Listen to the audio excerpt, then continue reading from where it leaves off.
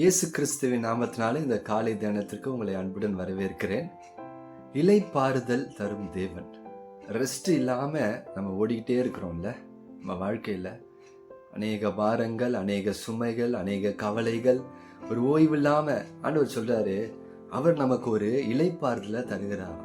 மத்தேயு 11:26 நம்ம வாசிக்கிறோம், வருத்தப்பட்டு பாரம் சுமக்கிறவர்களே நீங்கள் எல்லாரும் என்னிடத்த வாங்க, நான் உங்களுக்கு இளைப்பாறுதல் தருவேன். இன்னைக்கு இந்த உலகம் அதை அறியாம இருக்குது பாருங்களேன். எவ்வளவு ஒரு பரிதாபமான நிலைமை. ஆண்டவர் கூப்பிடுறார், நீ பாரத்தை நீயே சுமந்துட்டு இருக்கிற, உன் பாரத்தை என்னிடத்துல கொடுத்துரு, நான் உனக்கு ஒரு இளைப்பாறுதலை தருகிறேன். அப்போ இந்த இளைப்பாறுதலுக்குள்ள நம்ம எப்படி பிரவேசிக்கணும்? எபிரேயர் 4 இந்த இளைப்பாறுதலை குறித்து என்ன சொல்லுகிறது அப்படின்னா, இளைப்பாறுதலை நம்ம ரெண்டு காரியங்களை ரெண்டு விதமாய் பார்க்க முடியும். ஒண்ணு, நித்தியமாய் இட்டர்னல் ரெஸ்ட்னு ஒன்று ஆண்டவர் நமக்கு வச்சிருக்கிறாரு. அந்த ரெஸ்ட் எப்படி இருக்கும்னா, அங்க கண்ணீர் இல்லை, அங்க சாபம் இல்லை, அங்க துக்கம் இல்லை, அங்க பசி இல்லை.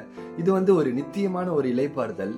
ஆனாலும் இந்த பூமியில தேவன் ஒரு இளைப்பாறுதலை கொடுப்பார். அந்த இளைப்பாறுதல் எப்போ நமக்கு கிடைக்கும் அப்படின்னா, இந்த இயேசுவை நமக்கு அழைப்பு கொடுக்கிறாரு பாருங்க, நீங்கள் எல்லாரும் என் இடத்துல வாங்க, அவர்கிட்ட முதல்ல வரணும். அடுத்தது நம்முடைய பாரத்தை அவருடைய கரத்துல கொடுக்கணும். வேதம் சொல்லுகிறது, அவர் நம்மை விசாரிக்கிறவரானபடியால் உங்கள் கவலைகளை எல்லாம் அவர் மேல வைத்து விடுங்க. ஆனா இன்னைக்கு நம்ம என்ன பண்ணிட்டு இருக்கிறோம்?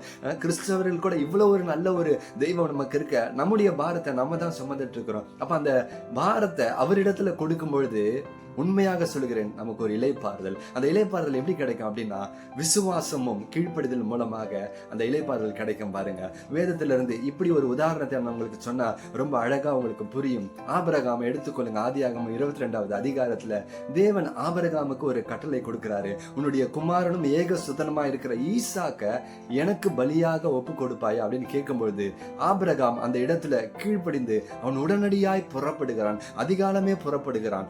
பாருங்க, இந்த இளைப்பாறுதல் ஏதோ அமைதியா இருக்கிறது இல்ல. It is an active rest.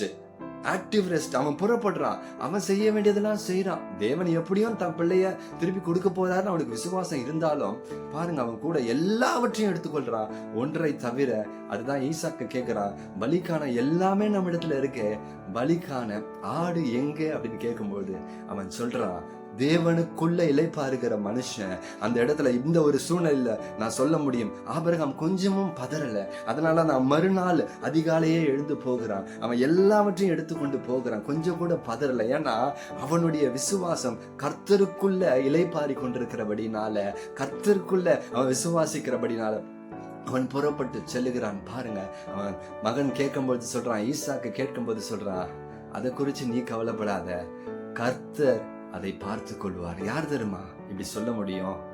தேவனுக்குள்ள இளைப்பாறுகிற ஒரு மனுஷன்.